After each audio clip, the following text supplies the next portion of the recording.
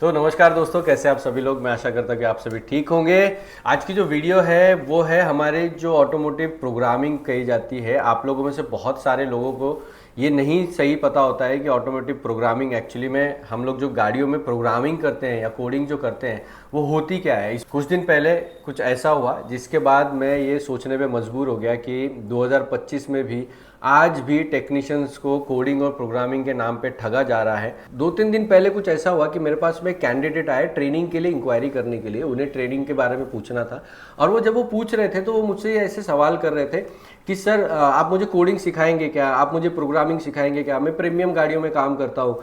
तो मैंने उनको ये पूछा कि भाई आप जो कोडिंग प्रोग्रामिंग बोल रहे हो, आप कौन से कंट्रोल मॉड्यूल की प्रोग्रामिंग सीखना चाहते हो। तो उन्होंने बोला सर सस्पेंशन का जब भी मैंने कंट्रोल मॉड्यूल चेंज किया तो उसके बाद में जो कोडिंग करनी पड़ती है वो मैं सीखना चाहता हूँ। कोडिंग करके आ गया मेरे पास में, मैंने किट चेंज किया तो उसके बाद में जो कोडिंग करनी पड़ती है। तो मैं बहुत जान के एकदम से शॉक हो गया, क्योंकि वो तो कोडिंग होती ही नहीं है। अगर कंट्रोल मॉड्यूल ऑलरेडी प्रोग्राम है, काम कर रहा है, तो वो आपका अडेप्टेशन, बेसिक सेटिंग या टीचिंग प्रोसेस, लर्निंग होता है। ठीक है, तो ये लर्निंग और कोडिंग प्रोग्रामिंग के नाम पे क्यों लोगों को ठगा जा रहा है, और ये हर एक गैरेज के साथ हो रहा है। मतलब जिनको समझ नहीं है कि कोडिंग और प्रोग्रामिंग क्या होती है, जो वो झोला लेकर एक बंदा आता है, लैपटॉप लेकर आता है या फिर कई बार बहुत महंगा सा टूल लेकर आता है, वो इसके नाम पर जो है ना आपको बहुत सारे पैसे लूट के चले जाता है।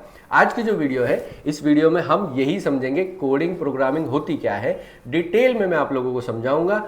सबसे पहला जो पॉइंट हमारा आता है वो आता है कि कोडिंग या प्रोग्रामिंग होती क्या है। इसके बाद आता है कि कितने टाइप की कोडिंग प्रोग्रामिंग की जा सकती है। तीसरा पॉइंट हमारा है जिसमें कब कोडिंग या प्रोग्रामिंग की जरूरत पड़ती है। हर बार तो जरूरत नहीं पड़ती। हमारा पांचवा पॉइंट है कौन से कंट्रोल मॉड्यूल को प्रोग्रामिंग करनी पड़ती है और कौन से कंट्रोल मॉड्यूल को प्रोग्रामिंग करने की जरूरत नहीं पड़ती है। सातवां हमारा पॉइंट है कि अगर प्रोग्रामिंग करनी है तो कैसे करनी है, उसका सही तरीका क्या होता है, किन चीज़ों का हमें ध्यान रखना है। लास्ट में जो आप लोग सवाल करते हो हमेशा कि सर प्रोग्रामिंग के लिए कौन सा टूल बेस्ट होगा, कौन सा टूल हमें चाहिए, तो वो सब आज की वीडियो में हम एक्सप्लेन करेंगे। अगर आप लोगों ने चैनल को हमारे अभी तक सब्सक्राइब नहीं किया है तो सब्सक्राइब कर लीजिए। मैं आपको एक चीज़ की गारंटी देता हूँ कि स्कैनकास्ट के चैनल पे आपको वैल्यू वैल्यू वैल्यू यही 3 चीज़ें मिलेंगी आपको। कोई बकवास नहीं, कोई टाइम पास नहीं। आप एक टेक्नीशियन हैं और अगर आपने अब तक स्कैनकास्ट के ऐप को डाउनलोड नहीं किया है तो इस डिस्क्रिप्शन में आपको लिंक मिल जाएगा, जाइए उसको डाउनलोड कीजिए। क्योंकि अगर आप एक ऑटोमोबाइल टेक्नीशियन हैं तो आपके लिए स्कैनकास्ट का ऐप जो है वो बहुत इंपॉर्टेंट है। वहाँ पर आपको एक तो सर्विस मटेरियल मिल जाता है, ट्रेनिंग प्रोग्राम हमारे चलते हैं जिसमें automotive, electronic, repair and vehicle diagnosis की हमारी ट्रेनिंग है, जो कि मैं आगे वीडियो में आप लोगों को बताऊंगा। ठीक है, तो वो उसको डाउनलोड कर लीजिए क्योंकि वहां पे आपको वैल्यू मिलती ही मिलती है। ठीक है, चलिए वीडियो में आगे कंटिन्यू करते हैं।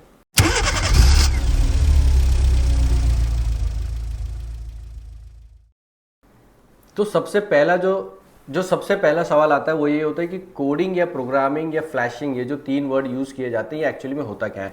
तो देखिए दोस्तों, अगर मैं डिस्क्रिप्शन की बात करूं तो इसका जो डिस्क्रिप्शन है, हमने क्या किया, देखो क्या होता है कि हर कोई जो है ना अपना अपना डेफिनेशन देने की कोशिश करता है कोडिंग की, प्रोग्रामिंग की, जिसमें कई बार मैंने टेक्नीशियन के मुंह से ये भी सुना है कि अरे सर के अंदर डीपीएफ प्रोग्रामिंग करनी पड़ेगी, यूरिया प्रोग्रामिंग करनी पड़ेगी। ठीक है, लेकिन जो ऑटोमोटिव कंट्रोल यूनिट प्रोग्रामिंग होती है उसका जो सही डेफिनेशन होता है वो आपको स्क्रीन पे आ रहा होगा। इसमें होता है कि programming refers to the process of configuring, updating the software and the data stored inside the control unit. इसका मतलब क्या है कि अगर आपको कंट्रोल यूनिट को कभी चेंज करने की ज़रूरत पड़ रही है, उसको कॉन्फ़िगर करने की यानी कि अपडेट करने की ज़रूरत पड़ रही है, या फिर उसके अंदर जो डेटा है वो आप किसी और पर्पस के लिए या किसी और व्हीकल के ऊपर यूज़ करना चाहते हो, उस वक्त हमें प्रोग्रामिंग की ज़रूरत पड़ती है। ये होती है ऑटोमोटिव प्रोग्रामिंग। इसके बाद बात आती है कि कोडिंग क्या होती है।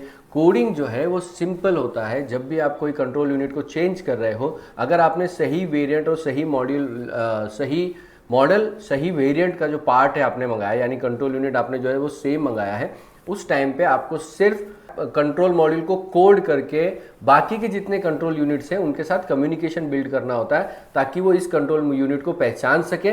इसके बाद में आता है फ्लैशिंग। फ्लैशिंग कहते हैं जब आप अपने कंट्रोल यूनिट को, याद रखिए ये जो तीनों चीजें हैं ये एक तो कंट्रोल यूनिट के लिए होती हैं। सबसे पहली बात, ये किसी पार्ट के लिए नहीं होती हैं।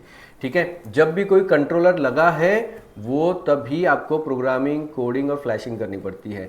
तो फ्लैशिंग में होता यह है कि जब आप कंट्रोल यूनिट को चेंज करते हो या फिर आपके कंट्रोल यूनिट में कोई अपडेट चाहिए होता है, या सॉफ्टवेयर जो है वो करप्ट हो गया तो उसको आपको फ्लैश करना होता है, कंप्लीट तरीके से रिन्यू करना होता है या अपडेट करना होता है, अपडेटेड फाइल डालनी होती है, उस वक्त हम लोग करते हैं फ्लैशिंग।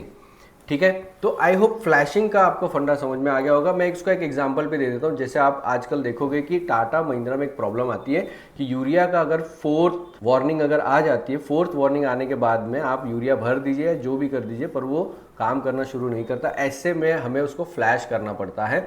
उस फ्लैशिंग में होता यह है कि आपके सॉफ्टवेयर यानी कि जो कंट्रोल यूनिट है उसके अंदर यूरिया एम्प्टी फोर्थ वार्निंग जो है रजिस्टर हो गई, अब वो रीसेट नहीं हो रही है, तो उसे हमें सॉफ्टवेयर के जरिए फ्लैश करके वापस जीरो पे लेकर आना होता है, यानी कि अब यूरिया जो है आपका परफेक्टली काम कर रहा है। ठीक है, उसको हम कहते हैं फ्लैशिंग। लेकिन क्या फ्लैशिंग सब कंट्रोल यूनिट में जरूरत पड़ती है? नेक्स्ट पॉइंट हमारा आता है, कब हमें जरूरत पड़ेगी प्रोग्रामिंग करने की। अब एक चीज समझिए कि कोडिंग और प्रोग्रामिंग जो है या फ्लैशिंग जो है वो इस बात पे डिपेंड करती है, पहली बात ये कि क्या आपने कंट्रोल यूनिट को चेंज किया है, पहला सवाल ये है। दूसरा सवाल ये कि क्या कंट्रोल यूनिट में कोई सॉफ्टवेयर रिलेटेड प्रॉब्लम आपको दिखाई दे रही है, कोई ग्लिच आपको दिखाई दे रहा है। तीसरा बात ये, क्या कंट्रोल मॉड्यूल आप रिप्लेस कर रहे हो तो क्या वो सेम पार्ट नंबर या सेम वेरिएंट नहीं है। अगर वो सेम वेरिएंट नहीं है तो आपको कोडिंग प्रोग्रामिंग फ्लैशिंग करनी पड़ती है। ठीक है, चौथा जो होता है वो होता है कि क्या आप एंटी थेफ्ट रिलेटेड कोई कंट्रोल यूनिट चेंज कर रहे हो। एंटी थेफ्ट में यानी जिस कंट्रोल यूनिट में एंटी थेफ्ट का डेटा होगा उसको कंपलसरी आपको कोड करना पड़ेगा। ठीक है, इसके बाद हमारा थर्ड पॉइंट जो आता है वो है कि टाइप्स ऑफ कोडिंग या प्रोग्रामिंग क्या होती है। सबसे पहला जो कोडिंग होती है वो हम वाया ओबीडी ऑन व्हीकल करते हैं, जिसमें आपके पास में एक प्रॉपर डायग्नोस्टिक टूल होता है। डायग्नोस्टिक टूल आप वाया ओबीडी कनेक्ट करके उसका जो प्रोग्रामिंग टूल है वो वाया ओबीडी एक्सेस कर पाता है। अब एक चीज याद रखिए, वाया ओबीडी हम कौन सी फाइल्स एक्सेस कर सकते हैं? कंट्रोल यूनिट की सिर्फ हम एक तो आपकी मेमोरी, फ्लैश मेमोरी और आपकी हेक्स फाइल, ये सिर्फ दो ही फाइल को आप एक्सेस कर सकते हो और उसी के अंदर कोडिंग या प्रोग्रामिंग का आप काम कर सकते हो। ठीक है, तो पहला हो गया आपका वाया ओबीडी। इसके बाद में जो नेक्स्ट आता है वो आता है ऑन बेंच या वाया पिन आउट, जिसमें आप गाड़ी से कंट्रोल यूनिट को निकाल के ऑन बेंच पे पूरा कनेक्शंस वगैरह बना के आप वो प्रोग्रामिंग करते हैं। वो जो प्रोग्रामिंग होती है उसमें भी हम फ्लैश फाइल, ठीक है, हमारी जो फ्लैश मेमोरी और फ्लैश फाइल या हेक्स फाइल जो है उसको ही एक्सेस कर पाते हैं, क्योंकि जब भी आप हर एक कोडिंग प्रोग्रामिंग का जो टाइप है उसमें उसकी लिमिटेशंस होती हैं।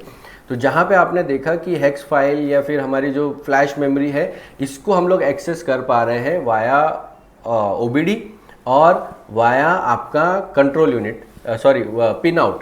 ठीक है, इसके बाद में अगर आपका जो कंट्रोल यूनिट है वो पिन आउट के जरिए कोई डेटा देने के लायक नहीं बचा है, यानी कंट्रोल मॉड्यूल इतना डैमेज हो गया है कि अब मैं उसको वाया पिन आउट या ऑन व्हीकल बिल्कुल भी डायग्नोस नहीं कर पा रहा हूँ, स्कैन नहीं कर पा रहा हूँ, तो उस केस में हम जाते हैं, तीसरा हमारा जो तरीका होता है वो होता है बूट मोड।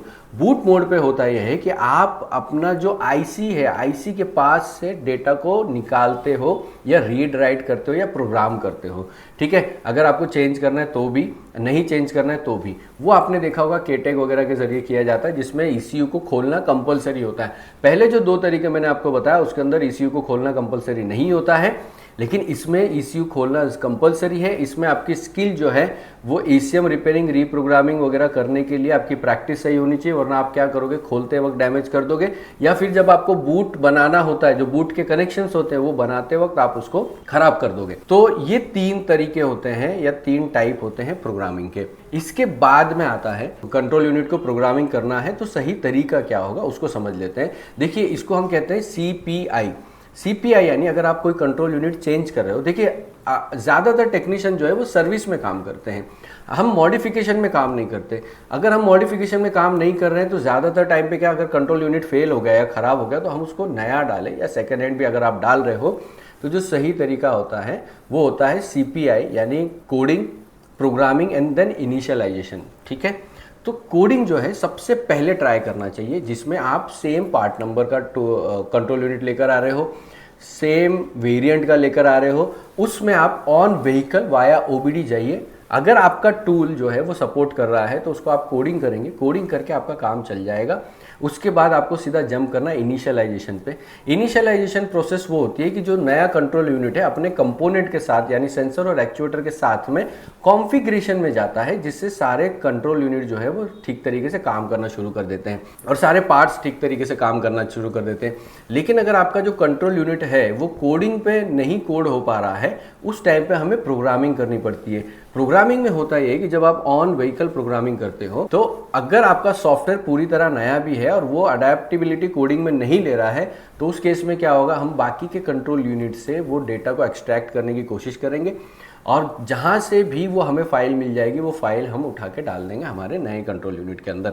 ठीक है, और ये जो प्रोसेस होता है ये लेंदी होता है, एक तो ये ऑनलाइन करना पड़ता है और ये रिस्की भी होता है अगर आप ऑन व्हीकल कर रहे हो तो। अब अगर आपने जब प्रोग्रामिंग कर दी, सक्सेसफुल दिखा दिया, आपका कंट्रोल मॉड्यूल जो है वो कम्युनिकेशन शुरू कर दिया, उसके बाद कंपलसरी आपको इनिशियलाइजेशन करना पड़ता है। अब इनिशियलाइजेशन क्या होता है, जिसमें हम कहते हैं अडेप्टेशन, कैलिब्रेशन, लर्निंग, रीसेट। इससे होता है कि आपका जो कंट्रोल यूनिट, देखिए मैं कंट्रोल यूनिट क्यों कह रहा हूँ, मैं बार बार ईसीएम या वगैरह क्यों नहीं ले रहा हूँ, क्योंकि आज के टाइम पे ऑलमोस्ट किसी भी कंट्रोल यूनिट को जो है ना आपको कोडिंग या प्रोग्रामिंग करने की ज़रूरत पड़ सकती है। इसीलिए जो भी कंट्रोल मॉड्यूल आपने लिया है या प्रोग्राम किया है तो उसका इनिशियलाइजेशन ज़रूर कीजिए। मैं उसका एक एग्जांपल दे देता हूँ आपको। बहुत बार ऐसा होता होगा कि आप ईसीएम जो है किसी को टेबल पे लेकर जाके देते होंगे, वो वहाँ पे कोडिंग या प्रोग्रामिंग कर देता होगा, लेकिन यहाँ पे आने के बाद में कुछ चीज़ें काम नहीं कर रही होंगी। उसका रीज़न क्या होता है, लास्ट स्टेप हम लोग हमेशा भूल जाते हैं और वो होता है इनिशियलाइजेशन। ठीक है, तो इनिशियलाइजेशन जो है वो बहुत मैंडेटरी होता है। यानी अगर समझ लीजिए मैंने बीसीएम चेंज किया, कोडिंग की या प्रोग्रामिंग की, तो उसके बाद में मुझे जितने भी कॉन्फ़िगरेशन रिलेटेड फंक्शंस है जैसे सेंट्रल लॉकिंग वगैरह, ये सारी चीज़ें जो है ना एक लर्निंग या एक इनिशियलाइजेशन के ज़रिए आपका कंट्रोल यूनिट और पार्ट्स के साथ में एक तालमेल बना देना है, जिससे आपके जो व्हीकल है वो एकदम स्मूथ तरीके से काम करती रहे और गाड़ी के अंदर सारे फंक्शन जो है वो बढ़िया काम करते रहे। इसके बाद आता है एक बहुत इंपॉर्टेंट सवाल जो लोग मुझसे पूछते हैं कि सर कौन से कंट्रोल मॉड्यूल को प्रोग्रामिंग करनी पड़ती है या कोडिंग करनी पड़ती है। कौन से कंट्रोल मॉड्यूल को कोडिंग या प्रोग्रामिंग करनी पड़ेगी, ये इस बात पे भी डिपेंड करता है कि आपका जो डेटा है, जो इंपॉर्टेंट डेटा यानी कि गाड़ी का विन नंबर, आपका एंटी थेफ्ट का डेटा, वेरिएंट कोडिंग, ये सब जिन कंट्रोल यूनिट्स में होते हैं उनको ही हमें प्रोग्राम करना पड़ता है। अब जो सवाल यहाँ पर यह है कि हम कैसे पता लगाएं कि कौन से कंट्रोल मॉड्यूल में ये सारा डेटा है। मैं उसका एक सिंपल एग्जांपल आपको दे देता हूँ। अब आप देखिए कि अगर आपका जैसे इमोबिलाइजर है, इंपॉर्टेंट है, उसके अंदर विन नंबर, वेरिएंट और एंटी थेफ्ट यानी इमोबिलाइजर का डेटा होता है। ईसीएम के अंदर कंपलसरी डेटा होता है। अगर आपका कैनबस गेटवे की है तो उसके अंदर कंपलसरी डेटा होता है। अगर आपका ट्रांसमिशन ऑटोमेटिक ट्रांसमिशन, उसमें डेटा होता है। अगर आपकी कीलेस एंट्री है यानी कि स्मार्ट की वाली गाड़ी है तो बीसीएम के अंदर भी डेटा होता है। आपके चिप के अंदर भी आपका जो स्टार्ट स्टॉप बटन का स्विच होता है उसके अंदर भी कई बार डेटा होता है। प्रीमियम गाड़ियों के अंदर आपका EZS हो गया, कैश हो गया, इनके अंदर डेटा होता है। ठीक है, लेकिन हम ये नहीं पहचान सकते कि किसके अंदर डेटा है अनटिल अनलेस आप उसको चेंज करो और चेंज करने के बाद में वो आपको इंडिकेशन दे रहा है। यहाँ पे एक चीज़ हमको याद रखनी है कि आपका जो सिस्टम है वो कैसे काम कर रहा है। उसके लिए आप क्या कर सकते हैं कि आप जब टोपोलॉजी निकाल रहे हो तो टोपोलॉजी में ये देख लीजिए कि गाड़ी के अंदर फंक्शंस कैसे हैं। ठीक है, और उन फंक्शंस के बेस पे आप थोड़ा अंदाजा लगा सकते हो। लेकिन दोस्तों अगर आप एकदम परफेक्टली ये पता लगाना चाहते हो कि कौन से कंट्रोल मॉड्यूल में एंटी थेफ्ट होता है, उसको कैसे पता लगाया जाए, अगर प्रोग्रामिंग करनी है तो सही तरीका क्या है, तो उसके लिए आप हमारी ट्रेनिंग ज्वाइन कर सकते हो जो कि automotive electronic repair and vehicle diagnosis. इसमें हम जो है वो डिटेल में हर एक कंट्रोल यूनिट की रिपेयर से लेकर उसकी कोडिंग प्रोग्रामिंग तक का प्रोसेस जो है वो एक्सप्लेन करते हैं। डिटेल में एक्सप्लेनेशन होता है जिसमें diagnosis, fault finding, root cause analysis, wiring diagram को कैसे समझना है, किसी भी सिस्टम को कैसे समझा जाता है, ये सब मैं पर्सनल मेरा कोर्स है, इस कोर्स में मैं कवर करता हूँ। ये जो कोर्स है इसकी वैलिडिटी स्टार्ट होती है 3 मंथ्स। 3 मंथ्स में जैसे आप इनरोल करोगे आपको 150 से ज़्यादा जो है वीडियो लेक्चर मिलते हैं। इन वीडियो लेक्चर में आप डेली आप अपने कन्वीनियंट टाइम पे जब भी आपको समय हो तब आप ये लेक्चर जो है घर बैठे बैठे ले सकते हैं, लैपटॉप पे भी और अपने फ़ोन में भी, या फिर अगर आपके पास में स्मार्ट टीवी है तो स्मार्ट टीवी में भी आप ये लेक्चर्स ले सकते हैं, बड़ी स्क्रीन पर भी। इसके साथ साथ आपको हफ्ते में 2 दिन में लाइव आता हूं, लाइव आके हम एक नया टॉपिक कवर करते हैं और साथ के साथ आपके जो डाउट्स है वो मैं कवर करता हूं, जिससे कि आप एक बेहतर टेक्नीशियन बन सके। इंडिया में और इंडिया के बाहर करीब 30 कंट्री में आज 6000 से ज़्यादा टेक्नीशियन हमारी ये ट्रेनिंग ले रहे हैं और हम प्राउडली ये कह सकते हैं कि इंडिया में आज हम लोग when it comes to admissions, India में हम नंबर 1 आते हैं। ऑटोमोटिव सर्विस स्किल डेवलपमेंट में स्कैनकास्ट टेक्निकल इंस्टीट्यूट में हम ऑफलाइन ट्रेनिंग भी चलाते हैं, मगर ऑफलाइन ट्रेनिंग की जो बात है वो मैं आने वाले किसी वीडियो में करूंगा। लेकिन अगर आप ऑनलाइन ट्रेनिंग करना चाहते हो, आप अगर अपना काम छोड़ के नहीं आ सकते हो, आप रोज प्रॉब्लम फेस कर रहे हो, कोई आदमी आपको सीधा लैपटॉप या फिर कोई महंगा सा टूल लेके आके दिखा के वो आपसे पैसे खींच के ले जा रहा है। दोस्तों एक चीज़ समझ लीजिए कि अगर इस इंडस्ट्री में आपको काम करना है तो आपको हर एक टूल और हर एक सिस्टम को समझना आज के टाइम पे ज़रूरी हो गया है। हर मैकेनिक, हर टेक्नीशियन, हर इलेक्ट्रिशियन के लिए ट्रेनिंग ज़रूरी है और इसीलिए हमने ये ट्रेनिंग आपको ध्यान में रख के बनाई है। लाइव क्लास जो चलती है वो शाम को 7 से 9 चलती है, ताकि टेक्नीशियन सुबह से अपना काम करके शाम को आराम से ट्रेनिंग ले सके। ट्रेनिंग में इनरोल करने के लिए आप स्क्रीन पे आपको नंबर आ रहा होगा, उस नंबर पे मेरी टीम को कांटेक्ट कीजिए। उससे पहले आप हमारा ऐप डाउनलोड कर लीजिए। ऐप का जो लिंक है वो आपको डिस्क्रिप्शन के अंदर मिल जाएगा। तो अब जब कंट्रोल मॉड्यूल की प्रोग्रामिंग हो गई तो प्रोग्रामिंग करनी कैसे है, तो उसके कुछ रूल्स और कुछ सिस्टम तरीके मैं आप लोगों को बता देता हूं, क्योंकि ये जो तरीके हैं अगर ये आप फॉलो नहीं करेंगे तो उसमें आपको नुकसान का सामना करना पड़ जा सकता है। ठीक है, सबसे पहली चीज, अगर आपकी गाड़ी में, पहला प्रिकॉशन याद रखिए, अगर गाड़ी में कोई प्रॉब्लम नहीं है तो कोडिंग और प्रोग्रामिंग करने की जरूरत नहीं होती है। ठीक है, दूसरी चीज, अगर आपका सेंसर या एक्चुएटर का फॉल्ट दिखा रहा है, circuit related, wiring related fault अगर आपको दिखा रहा है तो आपको कोडिंग प्रोग्रामिंग नहीं करनी पड़ती है, बिल्कुल ट्राई भी मत कीजिए। तीसरा पॉइंट, अगर आपको कोई सर्विस फंक्शन रिलेटेड आ रहा है, जैसे डीपीएफ रीजनरेशन है, आपका यूरिया फिलिंग का एरर आ रहा है, आपका स्टीयरिंग एंगल सेंसर कैलिब्रेशन आ रहा है, इस सब में प्रोग्रामिंग की जरूरत नहीं पड़ती है। अडेप्टेशन हो, कैलिब्रेशन हो, चाहे आपका ट्रांसमिशन की लर्निंग हो गई, इंजेक्टर की कोडिंग हो गई, इंजेक्टर का माइक्रो लर्निंग हो गया, इसमें प्रोग्रामिंग की ज़रूरत नहीं पड़ती है। ये इनिशियलाइजेशन का प्रोसेस होता है, जब भी आप पार्ट चेंज करते हो या रिपेयर करते हो वैल्यूज़ चेंज हो जाती है और उस टाइम पे हमें वो इनिशियलाइजेशन, अडेप्टेशन, कैलिब्रेशन ये सब कुछ करना पड़ता है।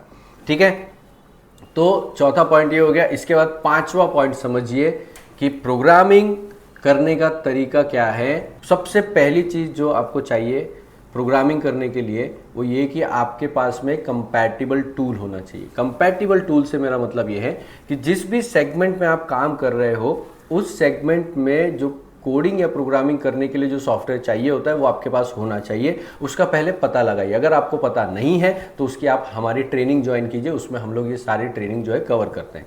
ठीक है, इसके बाद में दूसरी जो सबसे इंपॉर्टेंट चीज़ है कि जब आप प्रोग्रामिंग करने जा रहे हैं तो सबसे पहली चीज़ याद रखिए कि आपकी कार की जो बैटरी वोल्टेज है वो एकदम परफेक्टली काम करते रहने चाहिए। उसके अंदर जो प्रॉब्लम है वो कोडिंग और प्रोग्रामिंग रिलेटेड ही होना चाहिए। जैसे मैंने आप लोगों को पॉइंट बताया है कि कोडिंग और प्रोग्रामिंग कब करनी पड़ती है, तो इस वीडियो को आप लोग सेव करके रख लेना। कभी अगर आपके पास में गाड़ी आए तो इस वीडियो को देख लेना, उसके हिसाब से आप प्रोग्रामिंग को जो है अटेम्प्ट करना। तो आपने क्या किया कि आपको पता है कौन सा फॉल्ट है, उसके लिए मुझे प्रोग्रामिंग करनी। प्रोग्रामिंग करने के वक्त आप कौन से ब्रांड में काम कर रहे हो, अगर आप प्रीमियम पे काम कर रहे हो तो उसके लिए मैंडेटरी होता है कि आपका जो इग्निशन वोल्टेज है यानी जो मिनिमम वोल्टेज है वो 13.5 वोल्टेज चाहिए होती है। लेकिन आप इंजन स्टार्ट करके प्रोग्रामिंग कभी नहीं कर सकते हो, इस पॉइंट को नोट कीजिए। कभी इंजन स्टार्ट करके प्रोग्रामिंग मत कीजिए, पूरा सिस्टम डेड हो जाएगा। प्रीमियम व्हीकल में हमको 13.5 वोल्टेज मैंडेटरी होती है, लेकिन हम लोग इंजन स्टार्ट नहीं कर सकते। इंजन स्टार्ट नहीं किया तो 13.5 वोल्टेज नहीं मिला। इसके लिए हमको या तो चार्जर चाहिए होता है या फिर आप दूसरी गाड़ी को स्टार्ट करके वहाँ से जंप करके रखिए, उसके बाद में प्रोग्रामिंग कीजिए।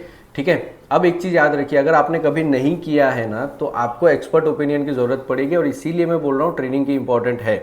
अगर आप नॉर्मल गाड़ियों में काम कर रहे हो तो बैटरी वोल्टेज आपकी सही होनी चाहिए और आपका प्रोग्रामिंग का जो टूल है वो सिर्फ एक ही फॉल्ट बनाना चाहिए जो आपका प्रोग्रामिंग रिलेटेड हो। ये हो गया ऑन व्हीकल की बात। अब जब अगर ऑन टेबल काम कर रहे हो तो कंपलसरी आपके पास में कंपैटिबिलिटी टूल होनी चाहिए और वो आपको जो आप कनेक्शन बनाए हो वहां पर भी वोल्टेज बहुत मैंडेटरी है। अगर आपका लैपटॉप काम कर रहा है तो लैपटॉप बीच में स्विच ऑफ नहीं होना चाहिए। अगर आपका लैपटॉप स्विच ऑफ हो गया प्रोग्रामिंग के दौरान, लाइट चली गई तो उस केस में याद रखिए कि आपका जो पूरा डेटा है वो करप्ट हो जाएगा, यानी बोर्ड जो है वो पूरी तरह डेड हो जाएगा, चाहे आप की प्रोग्रामिंग करें या बाकी का कोई भी प्रोग्रामिंग करें। इसके बाद में अगर आप बूट मोड पे कर रहे हो तो बूट मोड पे भी आपको ये याद रखना है कि बीच में कोई भी इंटरप्शन नहीं आना चाहिए, आपके कनेक्शन परफेक्ट तरीके से बनने चाहिए। अगर एक भी कनेक्शन परफेक्ट तरीके से नहीं बनेगा, प्रोग्रामिंग बार बार फेल होगी और कंट्रोल मॉड्यूल पे असर पड़ेगा, सॉफ्टवेयर उसका करप्ट होने के चांसेस बन जाएंगे। तो ये हो गया, इन चीजों का आपको ध्यान रखना है जब भी आप प्रोग्रामिंग करने जा रहे हो। अब बात ये आती है कि कौन से कंट्रोल मॉड्यूल को कौन सी गाड़ियों में प्रोग्रामिंग कैसे की जाती है। अब बात आती है कि कौन सी गाड़ी में कैसे कोडिंग करनी है, कैसे प्रोग्रामिंग करनी है। ये बहुत लंबी ट्रेनिंग होती है और जैसे मैंने आप लोगों को बताया कि उसमें आप लोग जो है हमारी ट्रेनिंग में इनरोल करेंगे तो वहां पे आपको ट्रेनिंग मिल जाएगी, क्योंकि 400 से ज़्यादा घंटों की वो ट्रेनिंग होती है जिसमें हमने ये सारे जो टॉपिक्स हैं उसको डिटेल में एक्सप्लेन किया हुआ है। लास्ट हमारा जो पॉइंट था वो था कि टूल्स कौन से हमारे लिए ज़रूरी है। अब जब हम बात करते हैं टूल्स की, तो टूल्स के मामले में एक चीज़ आप समझिए कि सबसे पहली बात, कौन सा टूल बेस्ट है कोडिंग प्रोग्रामिंग के लिए, इससे कुछ फर्क नहीं पड़ता है। मेरे हिसाब से लॉन्च कंपनी ऑन व्हीकल अगर आप बात कर रहे हो तो बात अलग हो जाती है, ठीक है। अगर आप ऑन टेबल बात कर रहे हो तो बात अलग हो जाती है, आप बूट मोड के लिए बात कर रहे हो तो बात अलग हो जाती है।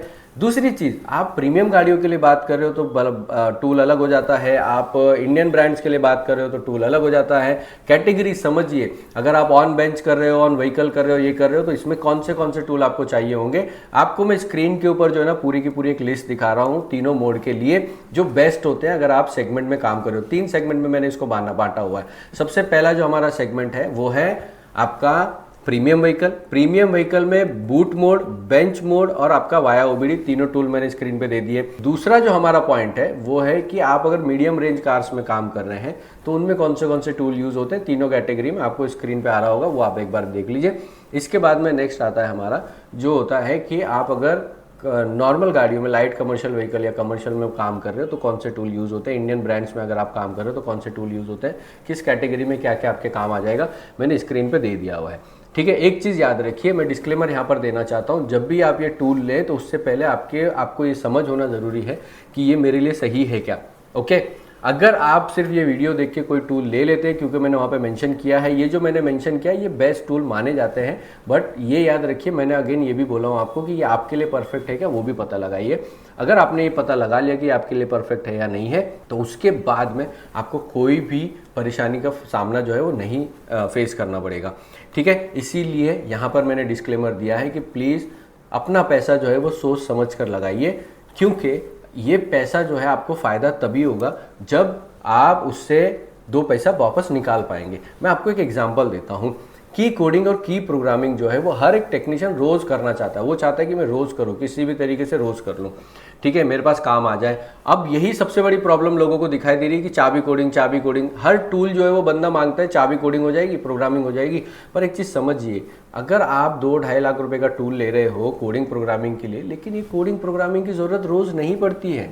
अगर आपके पास उतना काम नहीं है, आप अपने ही गैरेज का काम कर रहे हो तो आपको ये टूल की ज़रूरत नहीं पड़ती है, अनटिल अनलेस आप बाकी के गैराजेस का भी काम कर रहे हो। यानी एक आदमी होता है वो 10 गैराज का काम कर रहा होता है, उसके लिए ठीक है। लेकिन जो अपना ही काम करना चाहता है वो 2-2.5 लाख रुपए का टूल सिर्फ इसलिए ले ले कि भाई मेरे यहाँ पे कोई प्रॉब्लम नहीं है, अनटिल अनलेस उसका काम अच्छा है वो हिसाब से। एक चीज़ और, इसकी रिकवरी अगर आप सिर्फ कोडिंग के पर्पज से लोगे या प्रोग्रामिंग के पर्पज से लोगे तो रिकवरी में आपको बहुत ज़्यादा टाइम जाता है, रिटर्न ऑफ इन्वेस्टमेंट जो है वो बहुत स्लो हो जाएगा। इस वजह से आपको जो है ना बहुत निराशा का सामना करना पड़ सकता है, ठीक है। अब बात यहाँ पर ये आती है कि जो टेक्नीशियंस आज कोडिंग और प्रोग्रामिंग के टूल को लेकर ज़्यादा परेशान है, उसका रीज़न ये है कि जो कंपनीज़ हैं जो ये टूल बेच रही हैं उन्हें यही फंक्शन दिखा दिखा के, ये फैंसी वर्ड दिखा दिखा के बेचने में आसानी होती है और खरीदने वाले को लगता है कि भाई कितना एडवांस टूल है। 2 साल पहले कोई और मॉडल था, उसके पहले कोई और मॉडल था, उसके पहले कोई और मॉडल था, और हर बार ये कंपनी बैठती थी और बोलती थी ये बेस्ट है, ये बेस्ट है, ये बेस्ट है। ना तो वो आपको सिखाने आते हैं, ना ही आफ्टर सेल के बाद सपोर्ट देते हैं। आपने एक बार स्कैनर ले लिया, उसके बाद में आपको कोई भी पूछने के लिए नहीं आता है। मेरा खुद का एक्सपीरियंस है डायग्नोस्टिक इंडस्ट्री में 10 साल से ज़्यादा का, लेकिन हम स्कैनर ना बेचते हुए हम यहाँ पर ट्रेनिंग क्यों प्रोवाइड करें, क्योंकि यही प्रॉब्लम हमें समझ में आ रही है कि टेक्नीशियंस के लिए ट्रेनिंग बहुत इंपॉर्टेंट है, ठीक है दोस्तों। तो अगर आप लोग ट्रेनिंग जो है ऑनलाइन में लेना चाहते हैं या फिर ऑफलाइन में भी लेना चाहते हैं तो स्क्रीन पे आपको नंबर आ रहा होगा। ऑनलाइन में अगर आप अपना काम छोड़ के नहीं आ सकते हो ना दोस्तों, देर मत करो, अपना टाइम खराब मत करो, घर बैठे बैठे ऑनलाइन में ट्रेनिंग चालू कर दो। और अगर आपको लगे कि ऑनलाइन में आपको फायदा हुआ है और ऑफलाइन में भी आप आना चाहते हो तो जो फीस होती है ऑनलाइन की वो हम लोग बिल्कुल माफ कर देते हैं, ऑफलाइन में उसको एडजस्ट कर देते हैं, आपको दोबारा फीस देनी नहीं होती है। एंड इसीलिए अपने समय को बचाइए, क्योंकि जो टेक्नोलॉजी नई नई आ रही है उसमें आपको बहुत ज़्यादा चैलेंजेस का सामना करना पड़ रहा है। जो लोग ये चीज़ फेस कर रहे हैं वो अपने दिल को इस वक्त पूछिए कि आपको कितना सामना करना पड़ रहा है और कैसे कैसे नए नए रोज की रोज जो है वो गैरेज में गाड़ियां कम होते जा रही है, क्योंकि कस्टमर का जो भरोसा है वो भी हमारे ऊपर से उठता जा रहा है। तो स्क्रीन पे आपको डिटेल आ रही होगी, उसके ऊपर नंबर पे कॉल कीजिए, मेरी टीम से बात कीजिए। डिस्क्रिप्शन में आपको स्कैनकास्ट के ऐप का लिंक मिल जाएगा, वहां पे जाइए, हमारे ऐप को आप डाउनलोड कीजिए, जिससे कि आप एक बेहतर टेक्नीशियन बनने की तरफ एक कदम जो है वो आप बढ़ा सकते। अगर आपको वीडियो पसंद आई है तो ज़्यादा से ज़्यादा टेक्नीशियन तक इसको शेयर कीजिए। चैनल को सब्सक्राइब करना मत भूलिए दोस्तों, क्योंकि ये आपके लिए फ्री होता है लेकिन हमारे लिए मोटिवेशन की तरह काम करता है। हम भी आपके लिए ऐसी बेहतर टेक्निकल वीडियोज़ जो है वो लेकर आ पाते हैं। Thank you so much. जय हिंद।